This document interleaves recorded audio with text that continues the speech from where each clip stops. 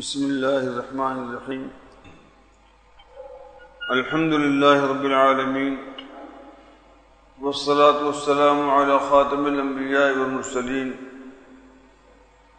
وعلی آلہ وصحبہ اجمعین اما بعد،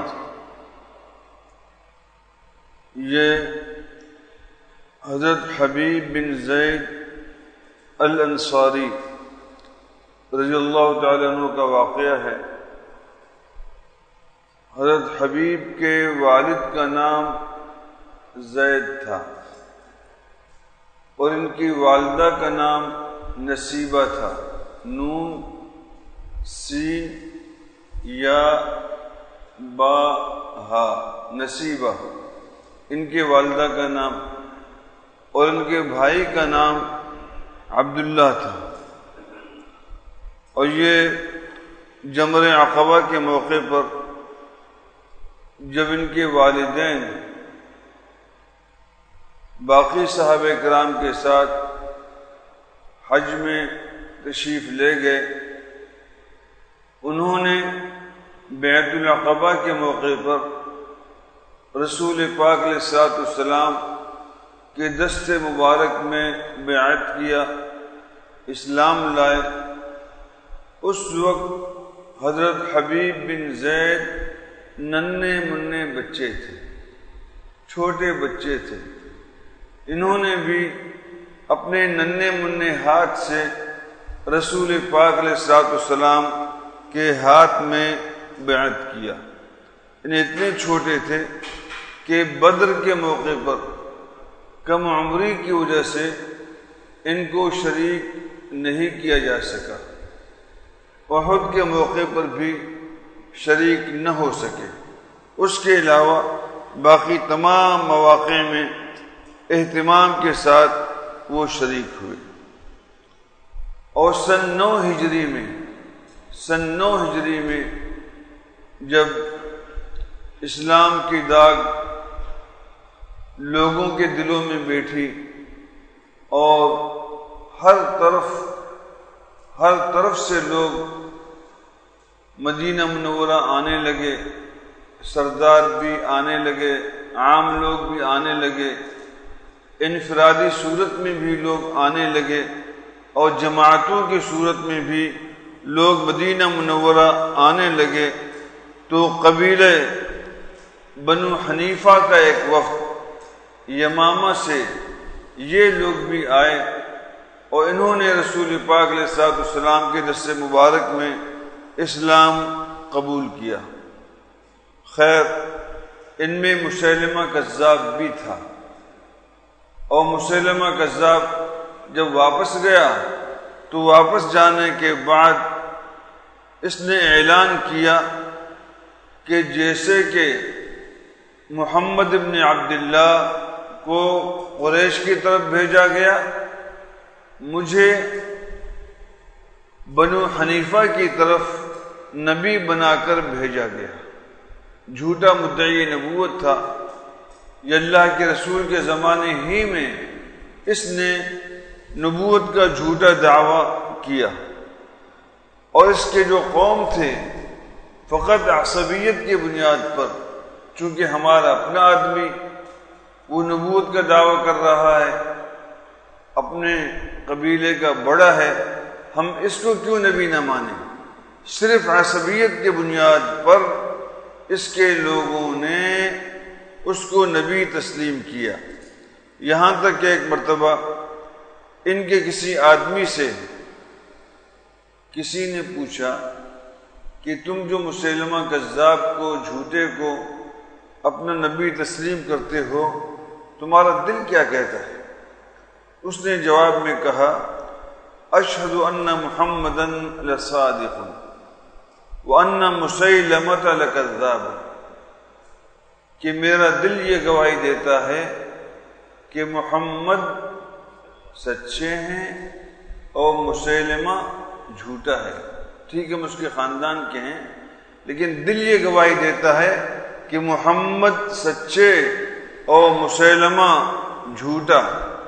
ولیکن کذاب ربیعہ احب الی من صادق مضر، لیکن عصبیت کی وجہ سے ربیعہ قبیلے کا جھوٹا میرے نزدیک زیادہ پسندیدہ ہے مضر قبیلے کے سچے سے۔ یہ صرف عصبیت آدمی کی آنکھوں کو بند کر دیتا ہے اور دلوں کو اندھا کر دیتا ہے۔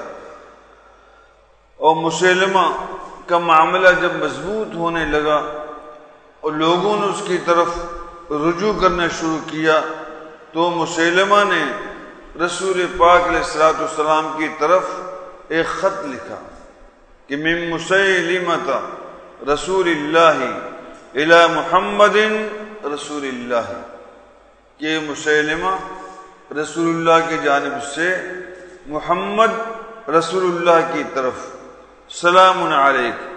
پھر اس میں لکھا اما بعد فانی قد اشرکت فی الامر معک، نبوت کے معاملے میں مجھے آپ کے ساتھ شریک کیا گیا، نبوت کے معاملے میں مجھے آپ کے ساتھ شریک کیا گیا۔ وَإِنَّ لَنَا نِصْفَ الْأَرْضِ وَلِقُرَيْشٍ نِصْفَ الْأَرْضِ، زمین کا آدھا حصہ ہمارے لیے ہے، یعنی بنو حنیفہ کے لیے، اور زمین کا آدھا حصہ قریش کے لیے ہے۔ اور یہ خط اس نے 2 آدمیوں کے ساتھ بھیجا جو اس کے ماننے والے تھے۔ یہ خط جب انہوں نے اللہ کے رسول کی خدمت میں پیش کیا تو آپ نے ارشاد فرمایا تم دونوں کی رائے مسیلمہ کذاب کے بارے میں کیا ہے؟ انہوں نے جواب میں کہا کہ ہم تو اس کو نبی تسلیم کرتے ہیں۔ آپ نے ارشاد فرمایا اما واللہ لولا ان الرسل لا تقتل لضربت عنقیکم، اگر اللہ کی قسم اگر قاصدوں کو قتل نہ کیا جاتا تو میں تم دونوں کے گردنوں کو اڑا دیتا، تم دونوں کو میں قتل کر دیتا۔ اس کے بعد رسول پاک علیہ الصلوۃ والسلام نے مسیلمہ کذاب کو ایک خط لکھا من محمد رسول اللہ الی مسیلمۃ الکذاب، محمد کی طرف سے جو اللہ کے رسول ہیں مسیلمہ جھوٹے کی طرف، کذاب کی طرف۔ السلام علی من اتبع الہدی، سلام اس پر ہو جس نے ہدایت کی تابعداری کی۔ اما بعد فإن الارض للہ، آپ نے جو یہ کہا کہ آدھی زمین آپ کی ہے، آدھی زمین میری ہے، آدھی زمین قریش کی ہے، آدھی زمین بنو حنیفہ کی ہے، اس کے جواب میں آپ نے فرمایا فإن الارض للہ، ساری کی ساری زمین اللہ کے لیے ہے، یورثها من یشاء من عبادہ، اللہ جس کو چاہیں اس زمین کا مالک بنا دیں۔ والعاقبۃ للمتقین، اور عاقبت پرہیزگاروں کے لیے ہے۔ اور مسیلمہ کذاب اس کا معاملہ جب بڑھتا گیا تو رسول پاک علیہ الصلوۃ والسلام نے اس کو ڈانٹنا چاہا، کچھ سختی اس پہ کرنی چاہیے، چنانچہ آپ نے ایک خط مسیلمہ کذاب کو لکھا۔ اور خط جب آپ نے لکھا تو آپ نے خط کے لیے حبیب بن زید کا انتخاب فرمایا۔ یہ نوجوان تھے، بالکل نوجوان صحابی تھے۔ میں نے آپ سے عرض کیا نا کہ بیت العقبہ کے موقع پر یہ ننھے منھے بچے تھے، اپنے ننھے منھے ہاتھوں سے انہوں نے اللہ کے رسول کے ہاتھ میں بیعت کی، اور بدر میں چھوٹے ہونے کی وجہ سے، بچپن کی وجہ سے اس کو شریک نہیں کیا جا سکا، اتنے چھوٹے تھے۔ تو آپ سمجھ جائیں کہ جب ان کو بھیجا گیا تو ان کی عمر کتنی ہوگی، بالکل نوجوان سے تھے۔ تو رسول پاک علیہ الصلوۃ والسلام نے ان کو بلایا، اور کیفیات حضرت حبیب ابن زید کے یہ تھے کہ سر سے پاؤں تک ایمان ہی ایمان، سر سے پاؤں تک ایمان ہی ایمان، ایمان کے کمال درجے تک پہنچے ہوئے تھے۔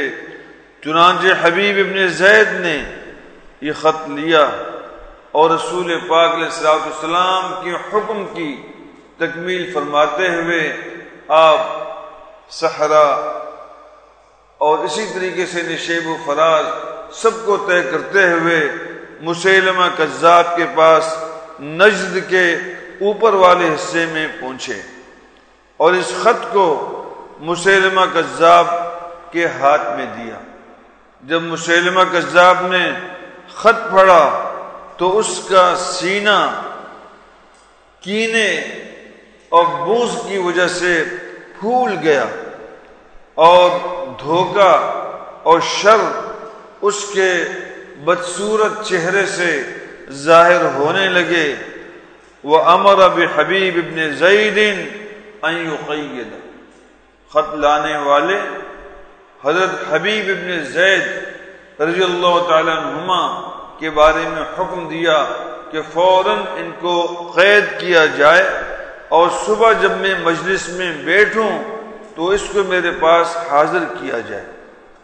فَلَمَّا كَانَ الْغَدُ تَصَدَّرَ مُسَيْلِمَةُ مَجْلِسَهُ، صبح کو مسیلمہ اپنے مجلس میں آیا اور اس کے دائیں بائیں جانب اس کے وزراء بڑے بڑے لوگ سارے کے سارے بیٹھ گئے۔ پھر عام لوگوں کو اجازت دی گئی وہ بھی داخل ہو جائیں۔ ثم امر بحبیب ابن زید فجیء به الیہ وهو یرصف فی قیودہ، جب سارے لوگ جمع ہوئے پھر اس نے حکم دیا کہ حبیب ابن زید کو لایا جائے۔ حضرت حبیب ابن زید رضی اللہ تعالی عنہما کو اس حال میں لایا گیا کہ بوجھل بیڑیاں زنجیریں اس کے ہاتھ پاؤں میں تھے، اسی حال میں ان کو پیش کیا گیا۔ جب پیش کیا گیا اور وہ خبیث غصے میں تھا، فالتفت الیہ مسیلمہ وقال اتشہد ان محمد رسول اللہ، تو مسیلمہ کذاب نے اس نوجوان صحابی جو اس وقت پابند سلاسل تھا اس سے پوچھا اتشہد ان محمد رسول اللہ، کیا آپ اس بات کی گواہی دیتے ہیں کہ محمد اللہ کے رسول ہیں؟ تو حضرت حبیب ابن زید نے جواب میں کہا اشہد ان محمد رسول اللہ، میں اس بات کی گواہی دیتا ہوں کہ محمد اللہ کے رسول ہیں۔ فتمیز مسیلمۃ غیظا، مسیلمہ کذاب غصے میں پھٹ پڑا اور یہ کہا وتشہد انی رسول اللہ، اور میرے بارے میں آپ یہ گواہی دیں گے کہ میں اللہ کا رسول ہوں؟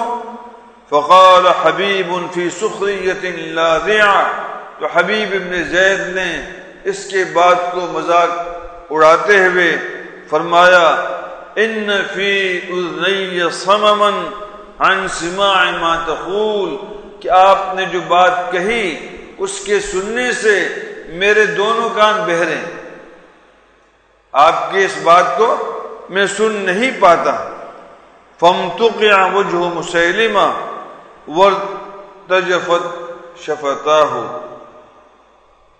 غصے میں آ کر مسیلمہ نے جلاد سے کہا اقطع قطعة من جسدی، کہ اس کے جسم کا ایک ہاتھ کاٹ دو۔ چنانچہ جلاد نے فوراً ایک ہاتھ کندھے سے کاٹ دیا، بازو سمیت کندھے تک کا جو ہاتھ ہے اس کو کاٹ دیا۔ کاٹنے کے بعد پھر اس کے بعد مسیلمہ نے وہی سوال دہرایا اتشہد ان محمد رسول اللہ،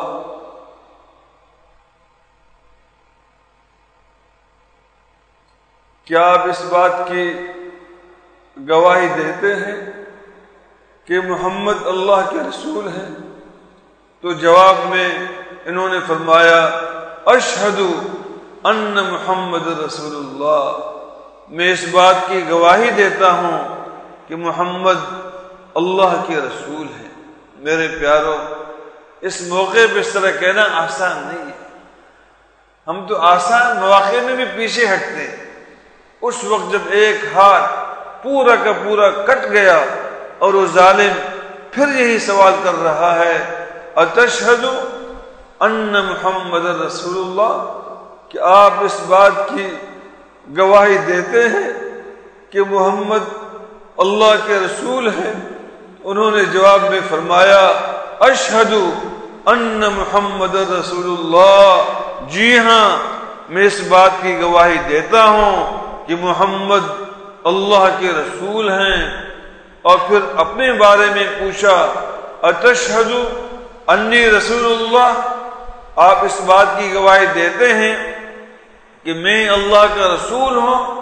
تو حضرت حبیب بن زید نے فرمایا ان فی اذنی صمما مما تقول، کہ جو کچھ آپ کہہ رہے ہیں اس کے سننے سے میرے دونوں کان بہرے ہیں۔ آپ کی نبوت کی گواہی تو دور کی بات ہے، اس جھوٹے کے بارے میں گواہی دوں کہ جھوٹا اللہ کا رسول ہے۔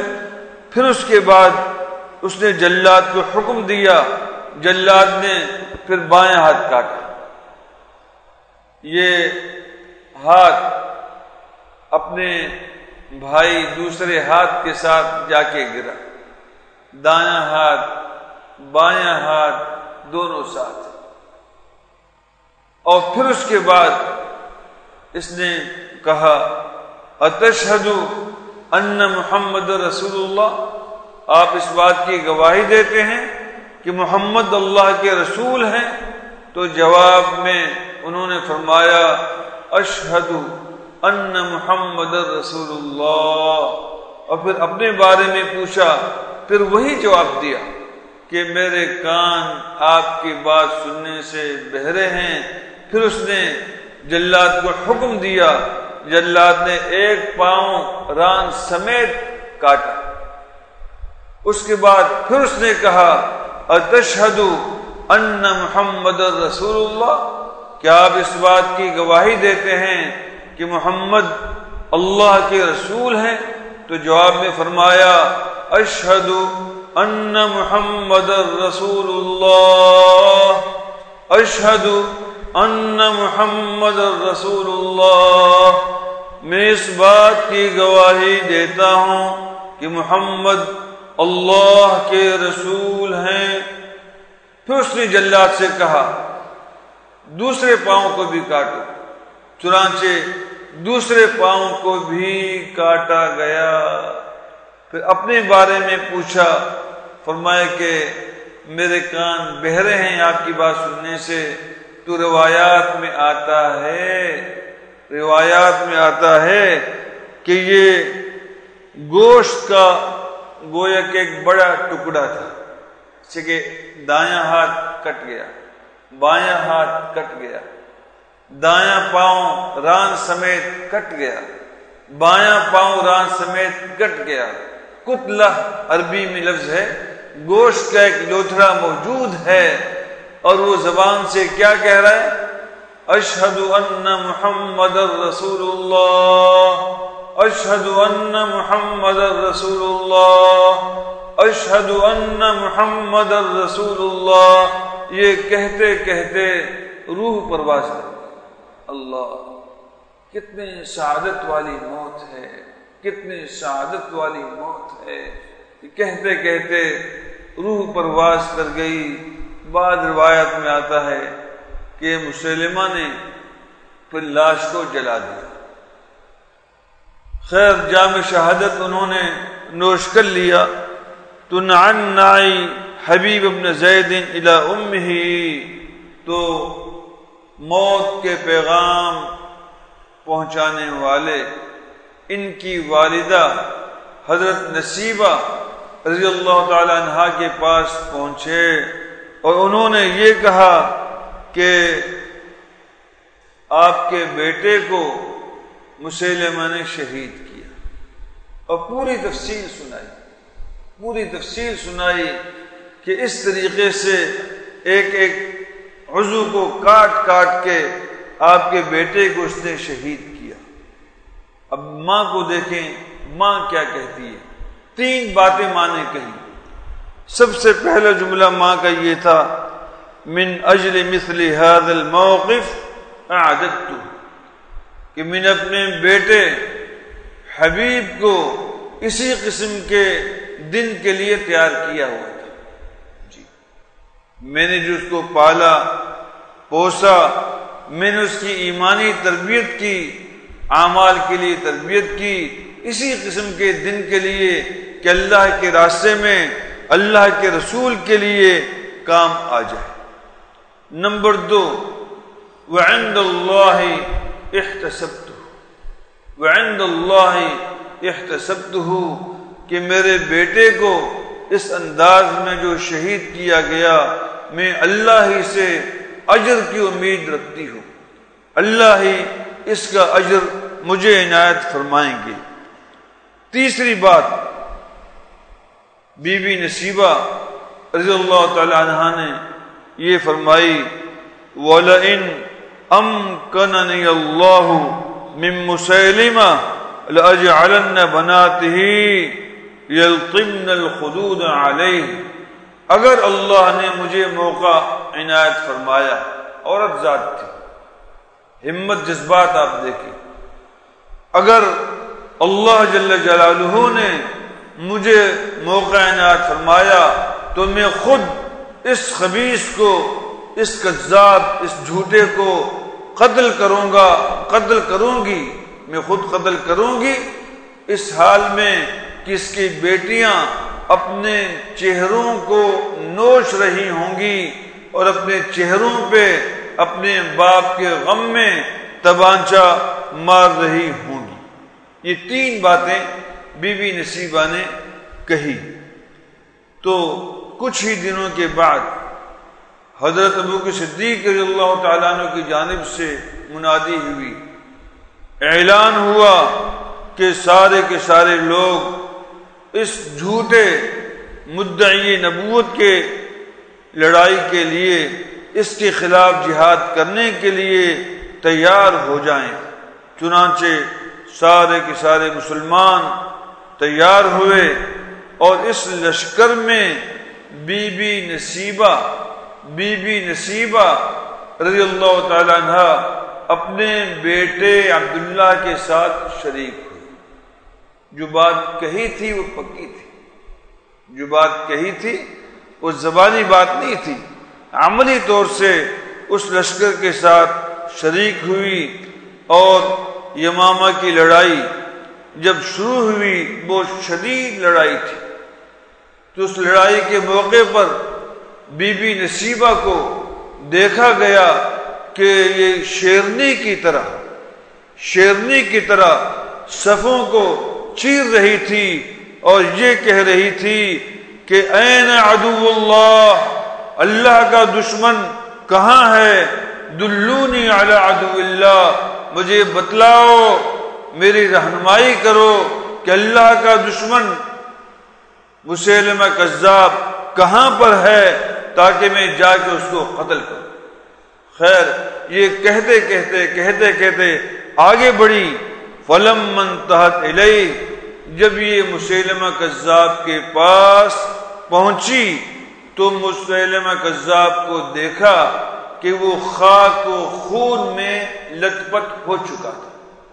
صحابہ کرام نے پہلے ہی اس کو منزل تک پہنچا دیا، جہنم رسید کر دیا تھا، خاک اور خون میں وہ لت پت تھا، اور مسلمانوں کے تلوار اس کے خون سے سیراب ہو رہے تھے، مسلمانوں کے تلوار اس کے خون سے سیراب ہو رہے تھے۔ جب بی بی نصیبہ رضی اللہ تعالی عنہ نے اللہ کے دشمن مسیلمہ کذاب مدعی نبوت کو اس حال میں دیکھا، طابت نفسا وقرت عینا، دل میں خوشی محسوس کی اور آنکھیں ٹھنڈی ہو گئی۔ آنکھوں میں ٹھنڈک ہوئی ولیمہ لا۔ فرماتے ہیں کہ آپ خوش کیوں نہ ہوتی، آپ کی آنکھیں ٹھنڈی کیوں نہ ہوتی۔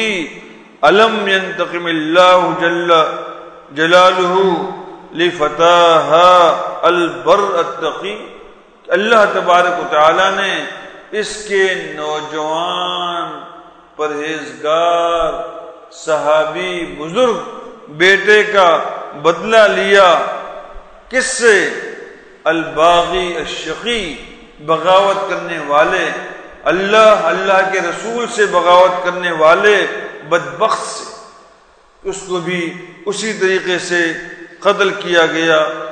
جانے میں تو دونوں گئے، حبیب ابن زید شہید کیے گئے، وہ بھی چلے گئے، اور یہ خبیث دجال کذاب یہ بھی گیا، لیکن فرق یہ ہے کہ حبیب ابن زید شہادت کی جام نوش کر کے سیدھا جنت میں پہنچا، اور مسیلمہ کذاب قتل ہو کے سیدھا جہنم میں پہنچا۔ میرے قابل قدر بزرگوں، اس قسم کے سینکڑوں واقعات ہیں۔ صحابہ کرام رضوان اللہ تعالی علیہ مجمعین کے ہر موقع پر قربانی قربانی قربانی۔ ہم تو میرے پیاروں ان حضرات کی قربانیوں سے ناواقف ہیں، ان کے واقعات بھی ہمارے کانوں میں بہت کم پڑتے ہیں۔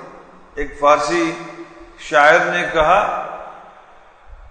اے ترا خارے بپا نشکستہ، اے ترا خارے بپا نشکستہ، قیدانی کی چیز حال شیرانے کہ شمشیر بلا بر سر خورن۔ اے مخاطب، تیرے پاؤں میں کبھی بھی کوئی کانٹا بھی نہیں چبھا، تیرے پاؤں میں کوئی کانٹا بھی نہیں ٹوٹا، تجھے کیا معلوم ان شیروں کا حال جو بلا کی تلوار اپنے سر پہ سہتے۔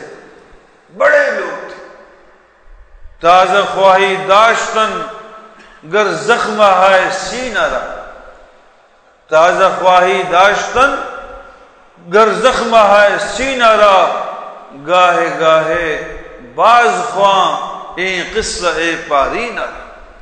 آپ اگر اپنے سینے کے زخموں کو تازہ رکھنا چاہتے ہیں تو کبھی کبھی ان واقعات کو پڑھ لیجیے۔